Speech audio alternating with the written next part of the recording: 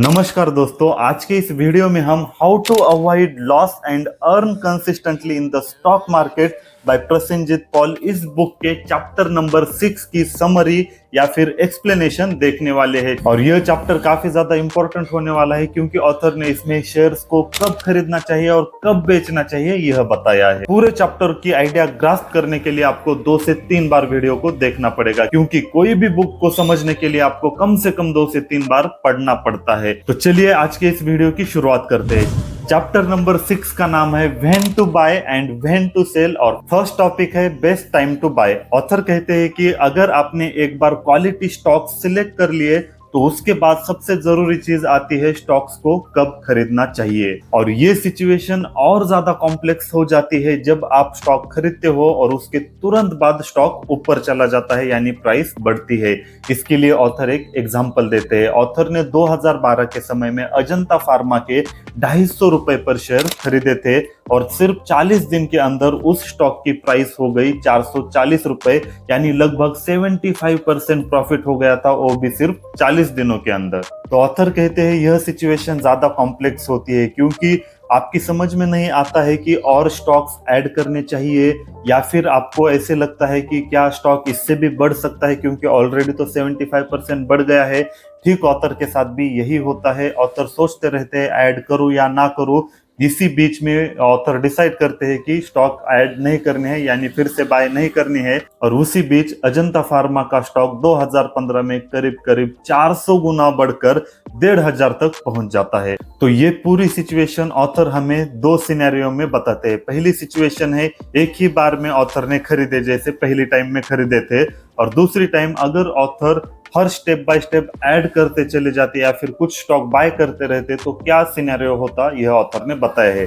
तो पहली सिचुएशन देखते हैं। पहली सिचुएशन में ऑथर ने सिर्फ एक बार में 1000 शेयर्स खरीदे थे 250 रुपए कीमत में और 2.5 लाख रुपए लगाए थे। और दूसरी सिचुएशन ऑथर बताते हैं कि उनको करीब करीब 3 बार स्टॉक ऐड करने के चांस आए थे, या फिर एनालिसिस करके उन्हें यह पता चला था 3 बार वह स्टॉक ऐड कर सकते थे। मतलब फरवरी 2013, अगस्त और अक्टूबर 2013 में उनको चांस आए थे ऐड करने के, लेकिन ऑथर ने ऐड नहीं किए थे। दोनों सिचुएशन को मिलाकर ऑथर ने एक टेबल दिया है जिसमें ऐड करने के बाद क्या रिजल्ट आते और ऐड ना करने पर क्या रिजल्ट आए, ये आपके सामने है। तो देखो, ओरिजिनल परचेस 250 रुपए 1000 शेयर्स खरीदे थे 2.5 लाख रुपए में। अगर वह बार बार ऐड करते तो टोटल सिचुएशन देखिए, टोटल शेयर्स हो जाते 2600 और टोटल इन्वेस्टमेंट हो जाती 11,29,000 और उनकी एवरेज कॉस्ट पर शेयर हो जाती 435 रुपए। अब ऑथर ने और एक टेबल दिया है, दोनों केस में क्या प्रॉफिट या क्या रिजल्ट सामने आ जाते यह देखकर आप चौंक जाओगे। तो देखिए, केस 1 में 1000 शेयर्स खरीदे थे 2.5 लाख रुपए, 250 रुपए के हिसाब से। अब मार्केट प्राइस है 1500, तो प्रॉफिट पर शेयर हुआ 1250, मतलब एक शेयर के लिए 1250 का प्रॉफिट हुआ था। तो टोटल प्रॉफिट हो जाता 12,50,000 और दूसरी केस में प्रॉफिट हो जाता 27,70,000 के आसपास। तो ये एग्जांपल देकर ऑथर इन्वेस्टर्स के लिए लेसन बताते हैं। सबसे पहला लेसन है, अगर आपने सही क्वालिटी का स्टॉक सिलेक्ट कर लिया है तो उसमें एंटर करने का कोई सही टाइम नहीं होता है। कोई स्टॉक अगर 100% भी बढ़ चुका है तो फिर भी आपको एंटर करना चाहिए। मतलब अगर आपने क्वालिटी स्टॉक सिलेक्ट किए हैं तो आप कभी भी उसमें एंटर कर सकते हो, उसका सही टाइम नहीं होता है। जैसे भी आपको पता चले कि यह क्वालिटी स्टॉक है तो उसी वक्त आपको एंटर करना चाहिए, ऐसा ऑथर का कहना है। मतलब टाइमिंग मैटर करती ही नहीं है। अगर आपने क्वालिटी स्टॉक चुना है तो वह ऊपर ही जाने वाला है, भले ही चाहे वो 100% क्यों ना बड़ा हो, फिर भी वो ऊपर जाता है, ऐसा ऑथर का कहना है।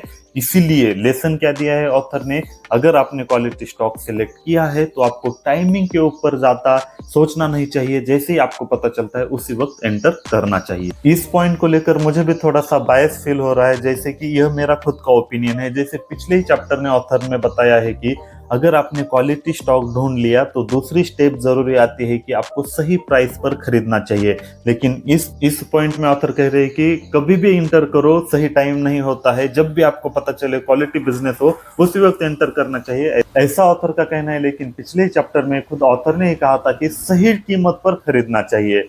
तो दोस्तों इसको लेकर आपके क्या विचार है कमेंट में जरूर बताइए, ये सिर्फ मेरा ओपिनियन है। अगले एक पॉइंट में ऑथर बताते हैं कि nobody can predict exactly top and bottom. आपको किसी भी स्टॉक को लेकर यह नहीं सोचना है कि मैं बॉटम पे ही खरीदूं और टॉप पर ही बेच दूं, यह फाइंड करना किसी के बस की बात नहीं है, ऐसा ऑथर का कहना है। अगर आप कभी बाय चांस टॉप पे बेचते हो और बॉटम पे खरीदते हो तो यह लक हो सकती है, या फिर अंदाजे आप ऐसा करते हो, ऐसा ऑथर का कहना है। लेकिन आप हर बार ऐसा नहीं कर सकते हो, इसीलिए आपको टॉप पे बेचना और बॉटम पे खरीदना, इसके ऊपर ज्यादा सोचना नहीं चाहिए। एक बार क्वालिटी स्टॉक खरीद लिया तो तुरंत उसमें एंटर करना चाहिए, ऐसा ऑथर का कहना है। सिर्फ कंडीशन एक है, वह क्वालिटी बिजनेस होना चाहिए।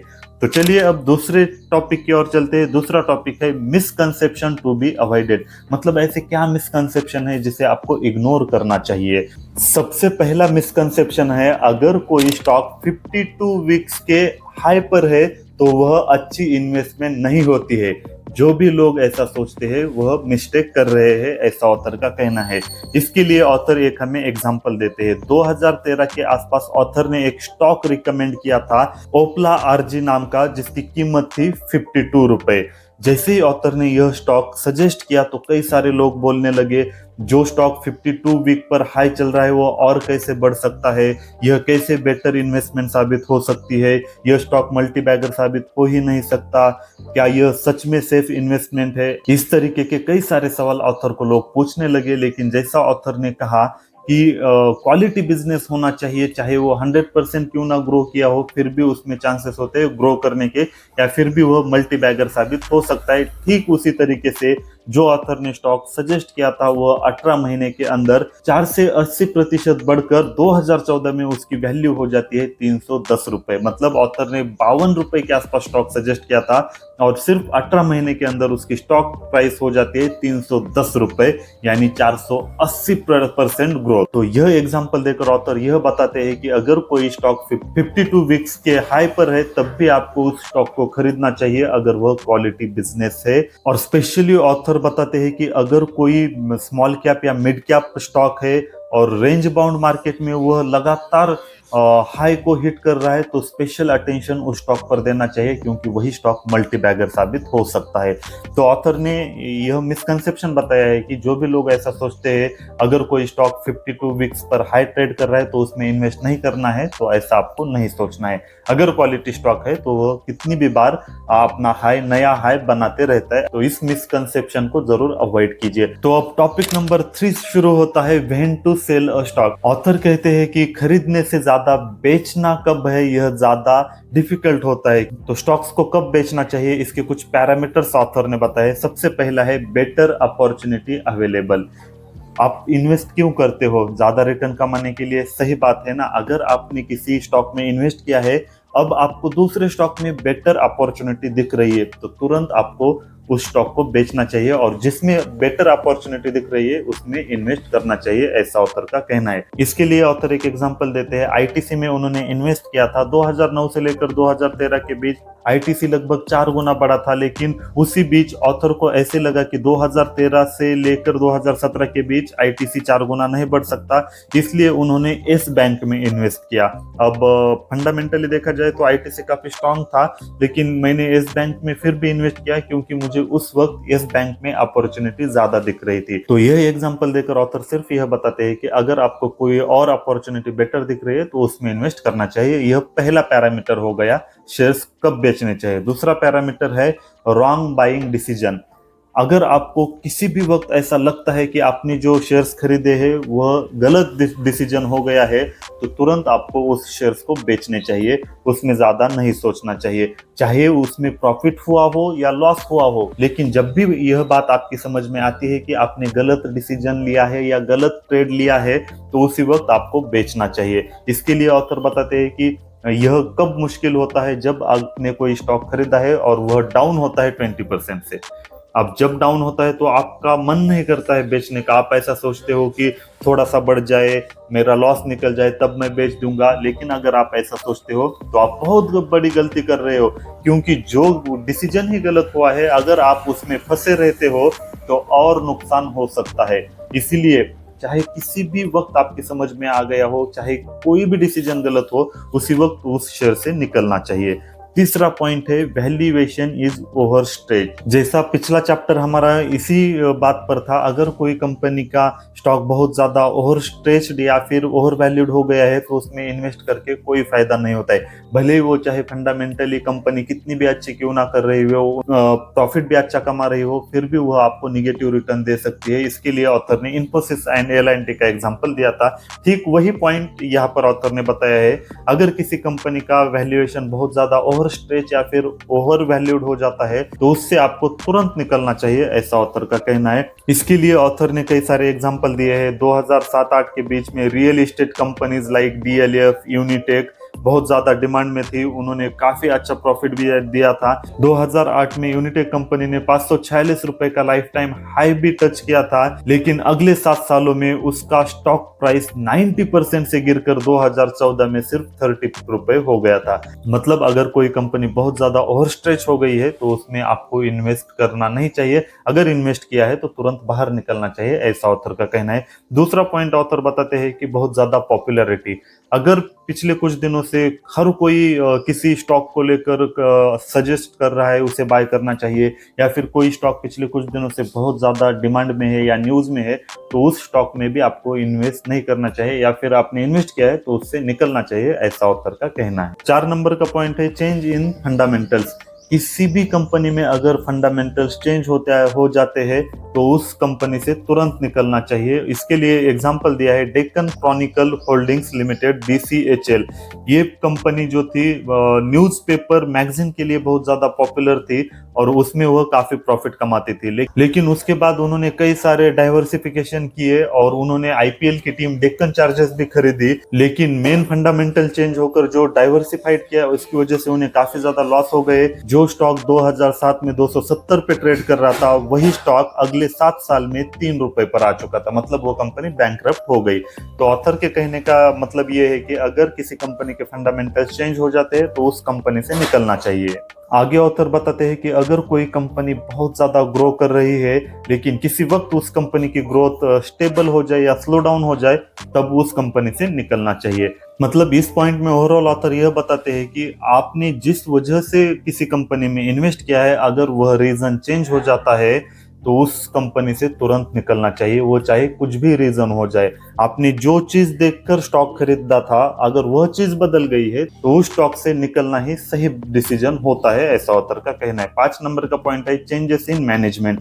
जैसा फंडामेंटल में चेंज होता है, अगर किसी कंपनी के मैनेजमेंट में चेंज हो जाता है तब भी आपको निकलना चाहिए, क्योंकि ग्रेट मैनेजमेंट जो होता है वह ऑर्डिनरी बिजनेस को भी एक्स्ट्रा ऑर्डिनरी बिजनेस बना देता है, लेकिन अगर बैड मैनेजमेंट हुआ तो ग्रेट बिजनेस को भी वह डिस्ट्रॉय कर देता है, ऐसा ऑथर का कहना है। इसके लिए भी एग्जांपल उन्होंने इन्फोसिस का दिया है। NR नारायण मूर्ति जब तक कंपनी के हेड थे, उन्होंने कंपनी की काफी अच्छी ग्रोथ की थी, लेकिन जैसे ही वह स्टेप डाउन हो गए तो इन्फोसिस की ग्रोथ स्टेबल हो गई या रुक गई और इन्फोसिस को TCS, टाटा कंसल्टेंसी सर्विसेज ने ओवरटेक किया, ऐसा ऑथर ने कहा है। मतलब ऑथर का इतना ही कहना है, अगर किसी कंपनी का मैनेजमेंट चेंज हो जाता है तो आपको इस पर ध्यान देना चाहिए। अगर आपने किसी कंपनी में इन्वेस्ट किया है तो मैनेजमेंट पर बारकाई से नजर रखिए। अगर किसी कंपनी का मैनेजमेंट चेंज हो जाता है तो उससे एग्जिट होना बहुत ज्यादा जरूरी होता है। अगला पॉइंट है इन्वेस्ट करने से पहले ही आपको एग्जिट कब करना चाहिए यह पता होना चाहिए। मतलब 6 नंबर का पॉइंट यही है। ऑथर कहते हैं कि अगर आपने कोई स्टॉक 30% से ग्रो कर रहा है इस वजह से खरीदा है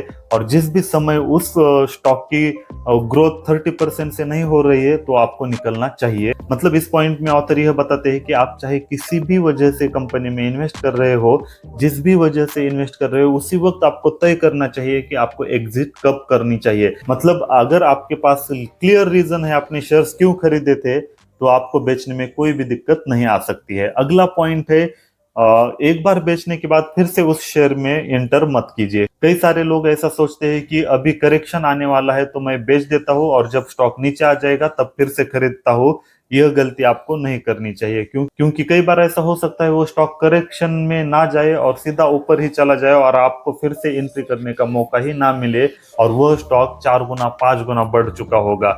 इसलिए ऑथर कहते हैं कि अगर आपने कोई स्टॉक बेच दिया और आपके बेचने के बाद वह स्टॉक 50% बढ़ जाता है या फिर 100% बढ़ जाता है तो फिर से उसमें एंटर मत कीजिए, ऐसा ऑथर का कहना है। इसके लिए भी ऑथर ने पीआई इंडस्ट्रीज का एग्जांपल दिया है। 2013 के आसपास मानसून का सीजन काफी अच्छा हो गया था, इसलिए ऑथर ने 130 पर पीआई इंडस्ट्रीज के स्टॉक खरीदे थे और 8 महीने के अंदर ऑथर को 100% गेन हुआ था। लेकिन 2014 के आसपास मेट्रोलॉजिकल डिपार्टमेंट के अनुसार या फिर अंदाज के अनुसार ऐसा कहा गया था कि इस बार मानसून अच्छा नहीं होने वाला है, इसलिए ऑथर ने स्टॉक बेच दिए। लेकिन जो अंदाज लगाया था वह सही नहीं हुआ, मानसून अच्छा गया और स्टॉक की प्राइस फिर से डबल हो गई, यानी 2015 में 500 पर वो स्टॉक पहुंच गया था। तो ऑथर यह एग्जांपल देकर ऐसा बताते हैं, अगर आपने एक बार शेयर्स बेच दिया है तो अगर वो स्टॉक बढ़ भी रहा हो तो फिर भी उसमें एंटर नहीं करना चाहिए। तो यह कुछ 6 पॉइंट ऑथर ने बताए हैं, इसके अनुसार आपको कब बेचना चाहिए यह तय करना चाहिए। अब फोर्थ टॉपिक हमारा शुरू हो जाता है, deadly mistakes to be avoided. ऐसी कुछ मिस्टेक्स ऑथर ने बताई है, उन्हें अवॉइड करना चाहिए। तो पहली मिस्टेक है पिछले बुल मार्केट स्टॉक्स में इन्वेस्ट करना। कई सारे लोग ऐसा सोचते हैं जो पहले स्टॉक ऊपर गए थे अभी भी वही स्टॉक ऊपर जाएंगे, उसमें वह इन्वेस्ट करते हैं और लॉस कर लेते हैं। तो आपको यह मिस्टेक नहीं करनी चाहिए। इसके लिए टेबल दिखा है ऑथर ने, यह टेबल आप पढ़ सकते हो। उसमें कुछ इस तरीके से ऑथर ने समझा है कि अगर कोई स्टॉक पिछले बुल मार्केट में बहुत ज्यादा ग्रो कर रहा था, आगे भी वही स्टॉक ग्रो करे ऐसा नहीं हो सकता। आपको फंडामेंटल देखकर इन्वेस्ट करना चाहिए या क्वालिटी बिजनेस देखकर इन्वेस्ट करना चाहिए, ना कि पिछले बुल मार्केट में कौन से स्टॉक्स बढ़ रहे थे उसके ऊपर। दूसरी मिस्टेक है जिसमें लॉस हुआ है उस स्टॉक को बहुत दिनों तक होल्ड करना। मान लो आपको किसी स्टॉक में बहुत ज्यादा लॉस हो रहा है फिर भी आप उसे होल्ड कर रहे हो ताकि आपका लॉस रिकवर हो जाए, तो यह बहुत बड़ी गलती कर रहे हो, ऐसा ऑथर का कहना है। इसके लिए ऑथर ने एक एग्जांपल दिया है उनके क्लाइंट का। उनके क्लाइंट ने सुजलॉन में काफी ज्यादा इन्वेस्ट किया था। सबसे पहले उन्होंने 1000 शेयर खरीदे थे 90 रुपए के प्राइस पर, टोटल इन्वेस्टमेंट की थी 90,000 की। उसके बाद जैसे जैसे स्टॉक नीचे गिर रहा था वह एवरेजिंग करते जा रहे थे, क्योंकि प्राइस कम हो रही है तो मैं और शेयर्स खरीदूंगा, जैसे ही ऊपर जाएंगे तो मुझे प्रॉफिट हो जाएगा। ऐसा करते करते उन्होंने 40 रुपए तक फिर से वह बाय करते जा रहे थे, ठीक इस टेबल में आप देख सकते हो। तो टोटल उन्होंने 1950 शेयर खरीदे 1,46,000 लगाकर। तो ऑथर ने यह एग्जांपल देकर यह समझाया है कि अगर कोई स्टॉक गिर रहा है तो आपको निकलना चाहिए उसमें, ना कि यह सोचना चाहिए कि ऊपर जाएगा फिर मैं लॉस रिकवर करूंगा। अगर आप ऐसा करते हो तो आप बहुत बड़ी मिस्टेक करते हो, ऐसा ऑथर कहते हैं। और कई सारे नए लोग ऐसा ही करते हैं, जब स्टॉक गिरने लगता है वह और क्वांटिटी ऐड करते रहते हैं, एवरेजिंग करते रहते हैं और इसमें काफी ज्यादा लॉस हो जाता है। और एवरेजिंग करने से ज्यादा लॉस कैसे हो सकता है यही ऑथर ने अगले टेबल में दिखाया है। तो देखो, अगर वह पहली बार उन्होंने 1000 शेयर्स खरीदे थे, अगर उन्होंने फिर से बाय नहीं शेयर किए होते तो उनका लॉस हो जाता 60,000 रुपए और एवरेजिंग करने के चक्कर में उनका लॉस हो गया है 87,500 रुपए, मतलब करीब करीब 27,500 रुपए एक्स्ट्रा लॉस हो गया है। तो ऑथर कई सारे एग्जांपल दे रहे हैं, लेकिन सिर्फ आपको इतना पॉइंट कंसिडर करना है कि अगर कोई स्टॉक में लॉस हो रहा है तो आपको ज्यादा होल्ड नहीं करना चाहिए। तीसरी गलती नहीं करनी चाहिए ऑथर के हिसाब से, वो ये है holding too long to minimise loss. मतलब लॉस कम करने के लिए किसी शेयर को बहुत लंबे समय तक होल्ड करके रखना। अब आप बोलोगे पिछला पॉइंट भी यही था, पिछले पॉइंट में स्टॉक नीचे नीचे जा रहा था, लेकिन इस पॉइंट में ऑथर बताते हैं कि अगर कोई स्टॉक रेंज बाउंड हो गया है या फिर बहुत ज्यादा ऊपर नीचे नहीं जा रहा है तो उस स्टॉक में बहुत दिनों तक नहीं रुकना चाहिए। अगर आप उस स्टॉक से जल्दी निकल कर किसी और स्टॉक में पैसे लगाते हो तो हो सकता है उसमें आपको प्रॉफिट मिल जाए। तो यह गलती भी आपको नहीं करना चाहिए, किसी एक स्टॉक में बहुत दिनों तक नहीं रुकना चाहिए अगर उसमें कुछ आपको रिजल्ट ना दिखे तो। तीसरी मिस्टेक है जो स्टॉक अच्छे कर रहे हैं उनको बहुत जल्दी बेचना। बहुत सारे लोग यही गलती करते हैं कि जिस भी स्टॉक में प्रॉफिट हो रहा है वह स्टॉक या फिर प्रॉफिट बुक करने के चक्कर में बहुत जल्दी बेच देते हैं और बेचने के बाद पता चलता है कि वो स्टॉक और ज्यादा बढ़ रहा है। तो यह गलती नहीं करनी चाहिए। और स्पेशली जितने भी नए लोग जो इन्वेस्टिंग करने लगते हैं वह ऐसी मिस्टेक करते हैं। मान लो आपके पास 5 स्टॉक है, 3 स्टॉक में लॉस दिखा रहा है और 2 स्टॉक में प्रॉफिट दिखा रहा है। एग्जाम्पल के लिए, आसानी के लिए हम ऐसा समझते हैं कि 20% लॉस दिखा रहा है, 20% गेन दिखा रहा है। तो नए लोग, बहुत सारे लोग ऐसा करते हैं कि जिसमें प्रॉफिट दिखा रहे हैं वो बेच देते हैं और जिसमें लॉस दिखा रहे हैं वो होल्ड करते हैं। तो ऑथर के हिसाब से जो प्रॉफिट दिखा रहे हैं उनको होल्ड करना चाहिए ताकि और प्रॉफिट कमा सके। इसलिए दोस्तों, जब भी किसी स्टॉक में अगर आपको प्रॉफिट हो जाता है तो बेचने में जल्दबाजी नहीं करनी चाहिए। और चौथी मिस्टेक ऑथर बताते हैं, selling to buy at lower level. कई सारे लोग ऐसा करते हैं कि 20% प्रॉफिट दिखाने के बाद उन्हें ऐसा लगता है कि अब करेक्शन फेज आने वाला है या फिर मार्केट नीचे जाने वाला है, तो वो ऐसा सोचते हैं कि ठीक है, मार्केट नीचे जाने वाला है कुछ दिनों के लिए, अभी मैं बेच देता हूँ और जब मार्केट नीचे आ जाए तब मैं खरीद लूंगा। तो ऐसी गलती नहीं करनी चाहिए, क्योंकि हो सकता है आगे चल के आपको उस स्टॉक में एंटर करने का मौका ही ना मिले और वो स्टॉक 10 गुना बढ़ जाए। तो ओवरऑल ऑथर ने ये 4 मिस्टेक्स बताई है जिसे आपको अवॉइड करना चाहिए। तो दोस्तों, ओवरऑल इस पूरे चैप्टर की मैं सिर्फ 2 लाइन में समरी कर दूं तो ऑथर के हिसाब से शेयर्स को कब बाय करना चाहिए, बाय करने का कोई सही टाइमिंग नहीं होता है। अगर क्वालिटी बिजनेस है तो कभी भी बाय करना बेहतर होता है। और सेल कब करना चाहिए, जब आप स्टॉक खरीदते हो तो उसी वक्त आपको डिसाइड करना चाहिए आपको शेयर्स कब बेचने चाहिए। जिस भी रीजन से आपने शेयर्स खरीदे थे वह रीजन बदल जाता है तो तुरंत बेचना चाहिए। तो आई होप आपको ये चैप्टर समझ में आ गया होगा और ये मेरे वीडियो अच्छे लग रहे होंगे। अगर कुछ इंप्रूवमेंट्स करना है तो कमेंट में बताते जाइए, मैं जल्द से जल्द इंप्रूवमेंट करने की कोशिश करूंगा। तो दोस्तों, हम 1000 डेज की चैलेंज पर है। 1000 डेज होने के बाद मैं आपको 100% शेयर मार्केट सिखाने वाला हूँ। ये चैलेंज मैंने लिया है और आप लोगों के लिए भी है। अगर आप जीरो से सीखना चाहते हो तो मुझे फॉलो कीजिए, इस चैनल को सब्सक्राइब कीजिए। मैं गारंटी के साथ कह सकता हूँ कि 1000 डेज में आपको मैं शेयर मार्केट सिखा कर ही रहूंगा। मिलते हैं अगले वीडियो में।